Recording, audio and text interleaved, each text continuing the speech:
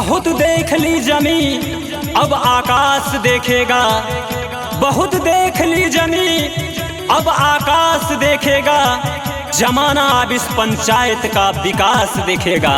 इनकलाब जिंदाबाद जिंदाबाद जिंदाबाद, सुलेखा देवी जिंदाबाद जिंदाबाद जिंदाबाद। अब की जिताना है, गांव का मुखिया बनाना है, अब की जिताना है, गांव का मुखिया बनाना है। सुलेखा देवी जी को भारी मतों से विजयी बनाना है, सुलेखा देवी जी को भारी मतों से विजयी बनाना है। अब की जिताना है, गांव का मुखिया बनाना है, सुलेखा देवी जी को भारी मतों से विजयी बनाना है, सुलेखा देवी जी को भारी मतों से विजयी बनाना है।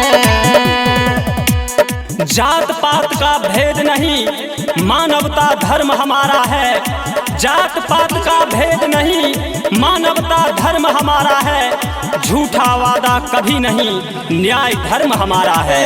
जी को भारी मतों से विजयी बनाना है। चाचा चाची भैया भाभी भूल न जाना, ग्राम पंचायत वालों का न्याय है दिलाना। सुलेखा देवी जिंदाबाद जिंदाबाद जिंदाबाद। चाचा चाची भैया भाभी भूल न जाना, ग्राम पंचायत वालों का न्याय है दिलाना।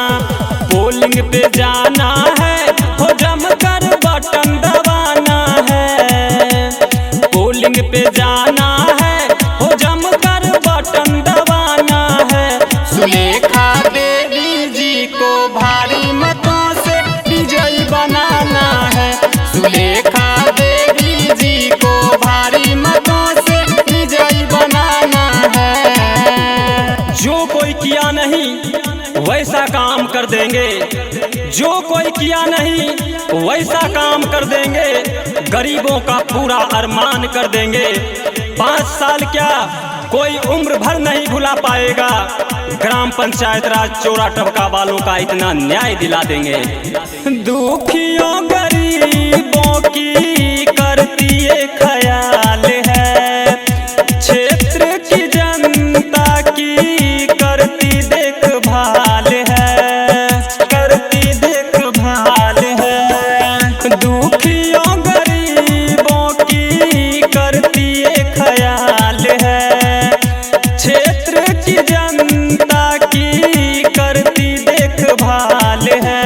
साथ निभाना है, हो मिलकर साथ निभाना है, साथ निभाना है, हो मिलकर साथ निभाना है। सुलेखा देवी जी को भारी मतों से विजयी बनाना है, सुलेखा देवी जी को भारी मतों से विजयी बनाना है। इनकलाब जिंदाबाद जिंदाबाद जिंदाबाद। सुलेखा देवी जिंदाबाद जिंदाबाद जिंदाबाद। पंचायत की जनता जिंदाबाद जिंदाबाद जिंदाबाद। आपका मुखिया कैसा हो, सुलेखा देवी जैसा हो, आपका मुखिया कैसा हो, सुलेखा देवी जैसा हो। सुलेखा देवी जिंदाबाद जिंदाबाद जिंदाबाद। Star digital recording studio Dalsingh सराय।